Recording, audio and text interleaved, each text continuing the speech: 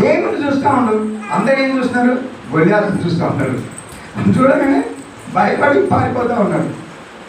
సౌలు కూడా భయపడుతూ ఉన్నాడు. వాళ్ళు చూస్తున్నారు వాని ఆకారాన్ని, వాని ఎత్తును, వాని బలాన్ని చూస్తూ ఉన్నారు. దావీదు ఎవరు చూస్తున్నారు? దాన్ని మించిన వాడిని చూస్తున్నారు అనమాట. ఎందుకంటే ఆయన వ్యక్తిగత జీవితంలో ఆయన ఎరుగు, సింహం నోటండి, ఎలుగుబంటి నోటండు, ఆయన గొర్రెలను కాపాడినాడు, వాళ్ళని చీల్చి చంపినాడు. మన వ్యక్తిగత జీవితంలో ప్రభువుని ఎరగకుండా సంఘంలో, సమాజంలో మనమేమి ఆయన గురించి గొప్ప కార్యాలు మనం ఎక్స్పెక్ట్ చేయలేము. ముందు వ్యక్తిగత జీవితంలో ఆయన ఎరిగినాడు కాబట్టి ఇక్కడ వచ్చినప్పుడు ఈ గుంపులో దేవుడు ఆయన ఎటువంటి వాడో, ఎంత శక్తిమంతుడో అని ఆయన అక్కడ ఎరగలిగి అది నిరూపించింది అనమాట. కాబట్టి వీళ్ళందరూ చూస్తూ ఉన్నారు గొల్లియాతును.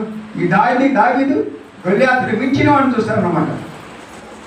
సౌలు ఏమంటున్నాడు? ఆయన కవచాలన్నీ దావీదుకి వేసింది అనమాట. దేని మీద ఆధారపడి వాళ్ళ ఆర్మూర్ అంటే వాళ్ళకున్న ఈ కవచం మీద, వీటన్నిటి మీద ఉందన్నమాట.